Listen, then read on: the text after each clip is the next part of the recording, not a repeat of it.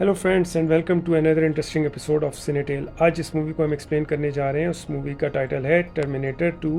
Judgement day. तो ये movie न सिर्फ एक एक्शन थ्रिलर मूवी है बल्कि इसको साइंस फिक्शन की दुनिया में कल्ट क्लासिक का दर्जा भी हासिल है। इस मूवी में दिखाया गया है कि आर्टिफिशियल इंटेलिजेंस और रोबोटिक की दौड़ में इंसान इस हद तक आगे चला जाएगा कि एक दिन यही आर्टिफिशियल इंटेलिजेंस और रोबोट्स जो हैं वो इंसान के सर्वाइवल के लिए एक बहुत बड़ा ख़तरा बन जाएंगे। तो इस मूवी के आगाज़ में दिखाया जाता है कि ईयर 2029 होता है जिसमें इंसान का एक डार्क फ्यूचर इंसान को नज़र आता है, जहां मशीनें यानी कि स्काईनेट की क़यादत में इंसानियत का ख़ात्मा हो रहा होता है और ह्यूमन रेजिस्टेंस के रहनुमा जॉन कॉनर जो है उनको बचपन में ही कत्ल करने के लिए स्काईनेट की जो मशीन होती है वो फ्यूचर से एक लिक्विड मेटल एडवांस असैसिन यानी कि T-1000 रिपोर्ट को 1995 में लॉस एंजलिस भेजते हैं, जिसका मकसद होता है कि बचपन यानी कि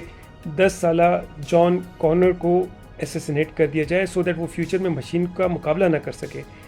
इसी रोबोट का मुकाबला करने के लिए फ्यूचर के अंदर जो जॉन कॉनर होता है वो T-800 के नाम से एक और रीप्रोग्राम करके एक रोबोट को भेजता है, जिसका मकसद पास्ट में आकर T-1000 रोबोट का मुकाबला करना होता है और जॉन कॉनर को बचाना होता है। तो 10 साल का जॉन कॉनर हमें नज़र आता है जो कि अपने एडप्टिव पेरेंट्स के साथ रह रहा होता है। उसका बचपन जो है एक बिगड़े हुए बच्चे की तरह गुजर रहा होता है। इसकी माँ सारा कॉनर जो होती है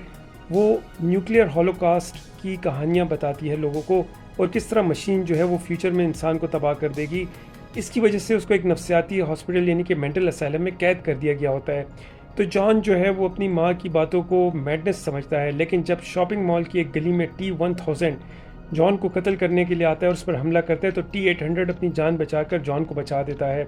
और यहाँ पे जॉन को एहसास होता है कि T-800 जो है उसको बचाने के लिए आया है। यहाँ पे जॉन कॉनर जो है वो फौरी तौर पर T-800 को हुक्म देता है कि वो उसकी माँ को हॉस्पिटल से आज़ाद करवाए। तो मेंटल असाइलम के अंदर सारा कॉनर जो है अपने पुराने कातिल का चेहरा देखती है यानी कि T-800, क्योंकि टर्मिनेटर 1 में T-800 जो है वो सारा कॉनर को कत्ल करने के लिए आता है। तो यहाँ पे सारा को शदीद नफ्सियाती सदमा यानी कि इमोशनल ट्रॉमा होता है और वो खौफ उसका अरूज पर पहुँच जाता है। लेकिन जैसे ही उससे मालूम होता है कि T-800 अब मशीन रीप्रोग्राम्ड है और इसके बेटे की बात मान रही है तो उसके खौफ पर काबू आ जाता है और यहाँ पे T-800 के साथ जॉन और उसकी मदर जो है वो वहाँ पर फ़रार हो जाती हैं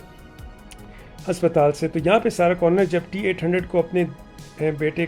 की दिन रात हिफाजत करते हुए देखती है तो उसके अंदर एक बहुत ही एक साइकोलॉजिकल रियलाइजेशन आती है कि दुनिया के तमाम इंसानों में से एक नॉन लिविंग मशीन इसके बेटे के सबसे बेहतरीन और सच्चे बाप का फिगर साबित हो रही है।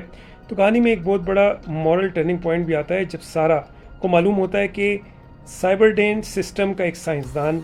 डॉक्टर माइल्स डायसन जो है वो प्रोसेसर तैयार कर रहा है जो आगे चलकर फ्यूचर में स्काईनेट बनेगा। तो सारा कॉनर क्या करती है कि वो अपने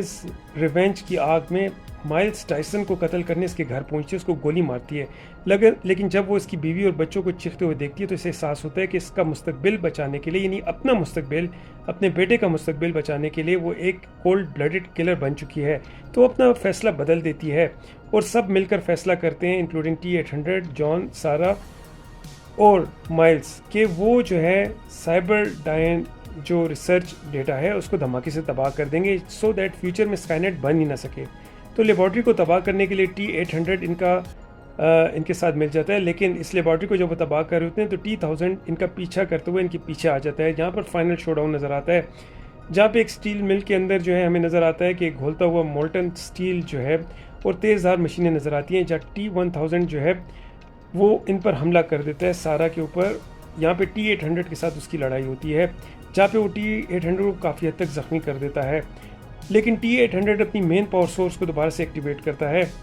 और अपनी अल्टरनेटिव पावर सोर्स जो है उसको यूज़ करते हुए जो है ग्रेनेड लॉन्च करता है और T-1000 पर आखिरी वार करता है। T-1000 यहाँ पर हमें नज़र आता है कि शेप शिफ्टर होता है और वो बार बार अपनी शेप शिफ्ट करता है, उसको मारना जो है वर्चुअली इम्पॉसिबल होता है ये। लेकिन यहाँ पर उसको मोल्टन जो है वो लावा के अंदर जो है मोल्टन स्टील के अंदर उसको फेंक दिया जाता है जहाँ पर उसका एंड हो जाता है। ये कहानी सबसे ज़्यादा जज्बाती और फिलोसॉफिकल इसके अंदर मोड़ तब आता है जब T-800 सारा और जॉन को बताता है कि उनका मुस्तकबिल महफूज बनाने के लिए इसका अपना प्रोसेसर भी तबाह होना ज़रूरी है, क्योंकि अगर इसका कोई भी हिस्सा बच गया तो इंसान दोबारा वही गलती दोहराएंगे।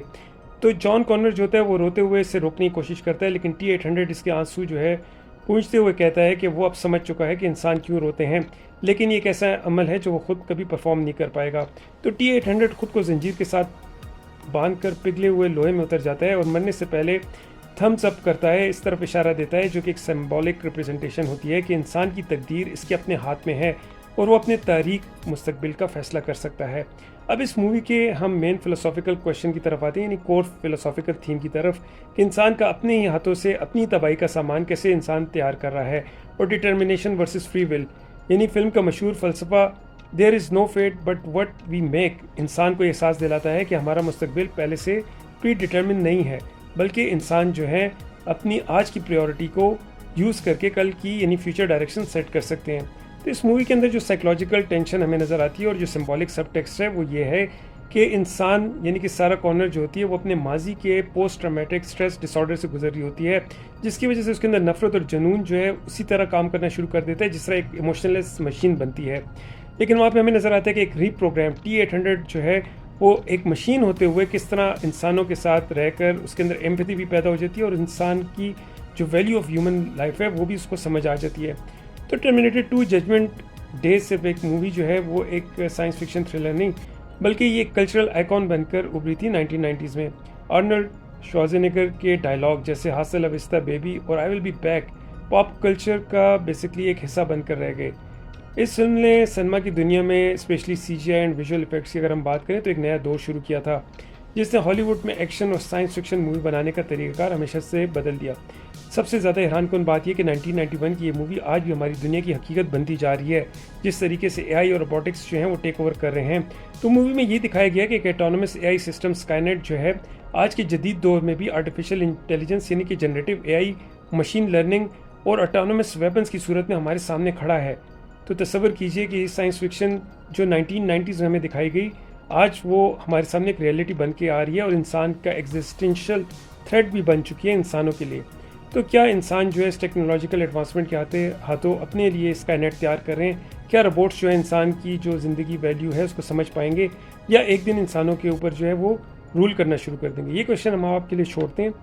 कमेंट बॉक्स में ज़रूर अपनी ओपिनियन से हमें इन्फॉर्म कीजिए। अगर आपको हमारा एक्सप्लेनर पसंद आया हो तो इसको लाइक सब्सक्राइब ज़रूर कीजिए, सो दैट नेक्स्ट एपिसोड में हम आपके लिए एक नई मूवी का रिव्यू ला सकें। Thank you for listening to today's episode.